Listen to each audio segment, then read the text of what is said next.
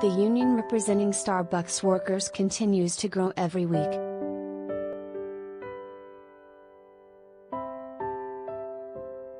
Workers at all three of the coffee chain's locations in Ithaca, New York, voted almost unanimously to join the Union Workers United on Friday. The election results for the trio of stores were 19-1, 13-1 and 15-1.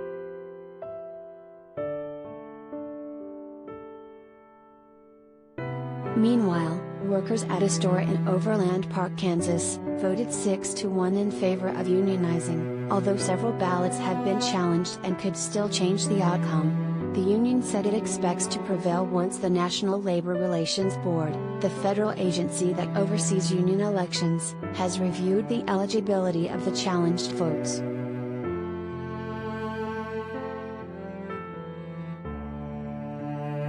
The election wins Friday came on the heels of three other victories the day before, when workers at a group of Starbucks stores in the Buffalo and Rochester areas of New York all voted to unionize. Following this week's vote counts, the campaign known as Starbucks Workers United has won 16 elections and lost only one, and now represents hundreds of workers in several states.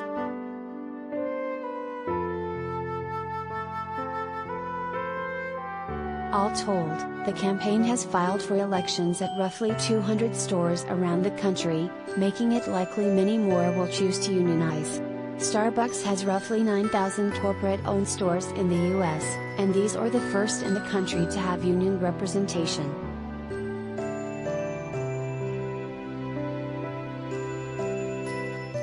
High-profile union backers including Senators Bernie Sanders, Ivor Vermont, and Elizabeth Warren, D.M.A.S., congratulated the campaign on its success Friday, with Sanders calling it an enormous inspiration to workers all across the country.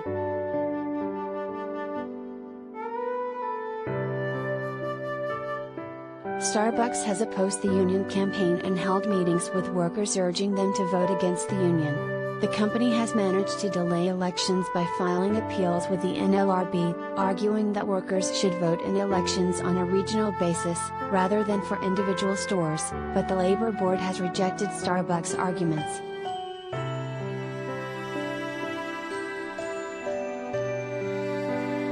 The company has fired several workers who happen to be union activists, including 7 from a store in Memphis, Tennessee. Workers United has filed charges with the Labor Board arguing that the firings are retaliatory and meant to purge union supporters from the ranks. Starbucks has said it fired the Memphis workers because they violated company policy by allowing non-employees into the store outside of work hours.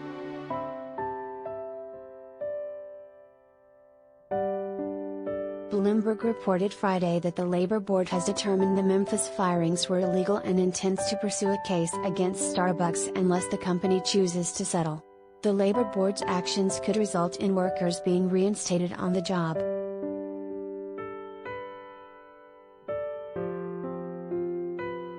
The Starbucks campaign began last year in Buffalo, where workers unionized the first store in December. The organizing effort has spread like wildfire since then, with the union announcing new election petitions every week.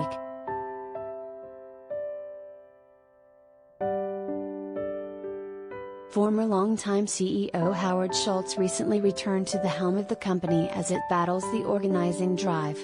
In a recent talk with employees, Schultz said he was not anti-union, yet described the union campaign in dark terms.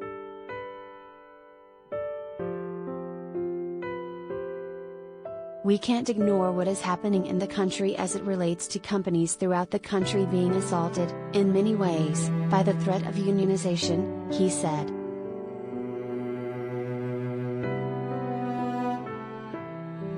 The Starbucks union effort coincides with a growing organizing campaign at Amazon. The tech giant recently saw its first U.S. warehouse unionize when workers at the JFK 8 facility in Staten Island, New York, voted 2,654 to 2,131 in favor of joining the new Amazon labor union. Workers there overcame an intense anti-union campaign waged by Amazon managers and outside consultants.